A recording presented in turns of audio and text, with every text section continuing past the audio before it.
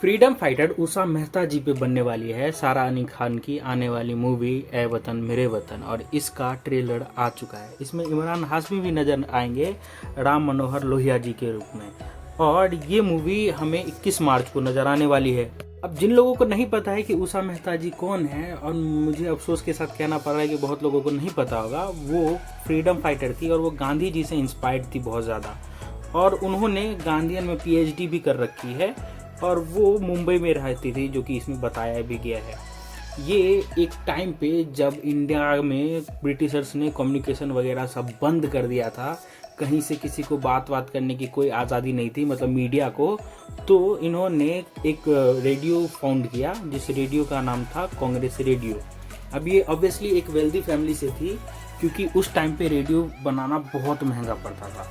इनका मतलब बहुत बड़ा रोल रहा है फ्रीडम फाइटर के रूप में इंडिया के लिए, और इन्होंने एक कम्युनिकेशन लाइन, एक media line, help line establish की, ताकि लोगों को दूर दूर तक ये पता चले कि देश में चल क्या रहा है। अब अगर ट्रेलर की बात करें तो ट्रेलर उतना दमदार नहीं लग रहा है। मतलब ठीक है, हम अभी पहले से जज नहीं कर सकते इस चीज़ को, मूवी को तो एटलीस्ट, क्योंकि फ्रीडम फाइटर पे बनी हुई मूवी है और बहुत कम लोग जानते हैं उषा मेहता जी के बारे में। तो ये भी एक चैलेंज रहेगा कि जब किसी फ्रीडम फाइटर के बारे में आप कम जानते हो और उसके बारे में बताना और उस करेज के साथ उस पावरफुल परफॉर्मेंस डिलीवर करना एक बहुत ही चैलेंजिंग टास्क होता है। क्योंकि फ्रीडम फाइटर वाली मूवीज़ कुछ ऐसी मूवीज़ होती है जिसमें एड्रेनलिन चाहिए होता है ऑडियंस को, कि हाँ भाई वो किस तर्क से, किस प्रॉब्लम से गुजर रही थी। दूसरी बात ये कि उस कैरेक्टर के साथ जस्टिस करना भी बहुत ज़रूरी होता है, क्योंकि अगर तुम फ्रीडम फाइटर के कैरेक्टर के साथ जस्टिस नहीं कर रहे हो तो मूवी पिट जाएगी, और वो एक उनके लिए भी, जो फ्रीडम फाइटर्स थे उनके लिए भी एक बहुत बुरी और गलत बात होती है। बट अभी हम इसको जज नहीं कर सकते। कुछ कुछ परफॉर्मेंस, कुछ कुछ डायलॉग्स काफ़ी बेहतरीन थे। कहीं कहीं पे मुझे लगा कि सारा अली खान वो पावरफुल परफॉर्मेंस डिलीवर करने में मतलब चूक रही हैं, जो कि एक पोटेंशियल होल्ड करना होता है। बाकी भाई ये बंदा बहुत तगड़ा, इसका नाम नहीं मिल रहा था मेरे को, किसी को पता हो तो कमेंट में बताना, वो तगड़ा लग रहा है बात करने में। कहानी जो सेटअप की गई है वो भयंकर रूप से सेटअप की गई है। ये बिल्कुल दर्शाया गया है, ऑब्वियसली बायोग्राफी है, कि क्या क्या कैसी कैसी मुश्किलें आई थी, और वो बच्चे थे, मतलब उस टाइम पे वो बहुत छोटे थे, करीब 20-22 साल के ही थे, क्योंकि 1920 में उषा मेहता जी का जन्म हुआ था, और ये कहानी 1942 की है, तो महज उनकी उम्र 22 साल रही होगी।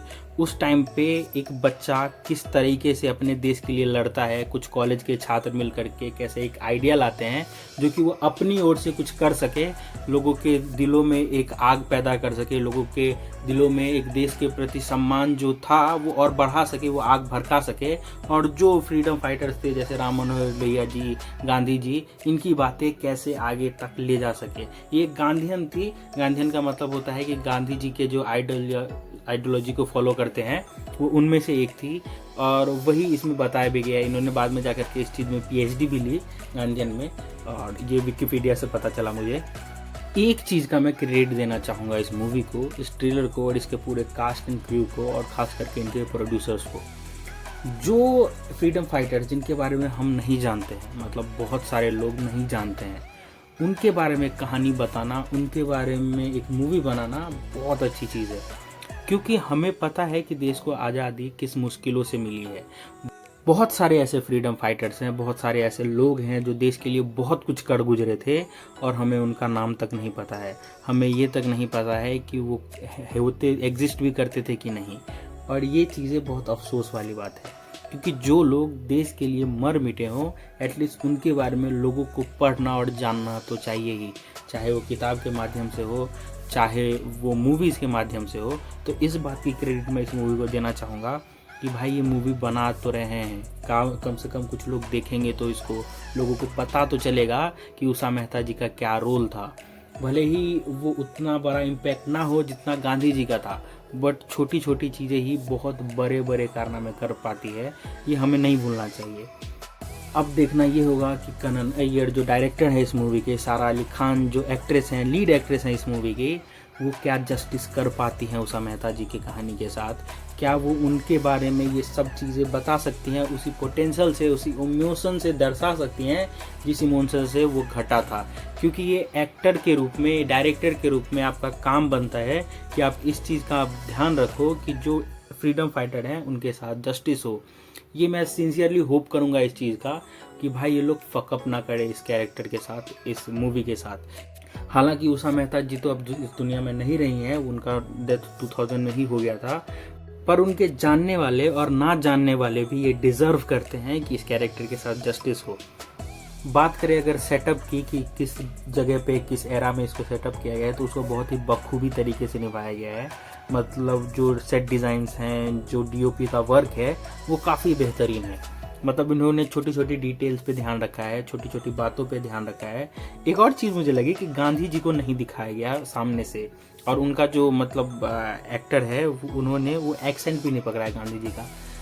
ये भी अगर छोटा रोल है तो चलो भाई इग्नोर कर सकते हैं, बट वो एक होता है ना कि भाई अगर इतने बड़े आदमी का आप रोल निभा रहे हो तो थोड़ा सा उनका एक्सेंट पकड़ना चाहिए, थोड़ी सी उनकी मतलब बोलने का तरीका पकड़ना चाहिए, ये ज़रूरी होता है। क्योंकि गांधी जी के बारे में दुनिया जानती है और उनसे वो कनेक्ट नहीं कर पाई अगर एक्टर से या कैरेक्टर से, तो फिर तो मज़ा नहीं आएगा। तो ये एक दो चीज़ें हैं जो कि मुझे थोड़ी सी लाइक डल लगी। बाकी ट्रेलर ठीक ठाक है, मतलब ऐसा नहीं है कि यार बहुत ही बोरिंग है, क्या ही बना दिया, वैसा टाइप का सीन लग रहा है। चीज़ें दमदार हो सकती हैं, ये तो हमें मूवी देखने के बाद ही पता चलेगा, अभी से जजमेंट करना मतलब सही नहीं होगा। ट्रेलर ठीक ठाक है, मूवी देखने में इंटरेस्ट पैदा करती है, तुम्हें मन करेगा कि हाँ यार एक बार तो देखनी चाहिए। और अमेज़ॉन प्राइम पे आ रही है तो टिकट विकेट का भी झंझट नहीं है लोगों के पास, अगर तुम्हारे पास सब्सक्रिप्शन है तो तुम आराम से बैठ के देख सकते हो। तो यही था मेरा ट्रेलर को लेकर के अपना विचार। तुम्हें कैसा लगा ट्रेलर ये कमेंट में ज़रूर बताना। मैं इमरान हाशमी को देखने के लिए भी बहुत एक्साइटेड हूँ। तो thanks for watching this video को लाइक और चैनल को सब्सक्राइब करना मत भूलना। मुझे टेलीग्राम और इंस्टाग्राम वगैरह पे फॉलो कर सकते हो, लिंक डिस्क्रिप्शन में है। Thanks for watching this video. अपना और अपनों का ध्यान रखें। मिलते हैं किसी और मज़ेदार वीडियो में, किसी और मज़ेदार रिव्यू के साथ। Take care, bye bye.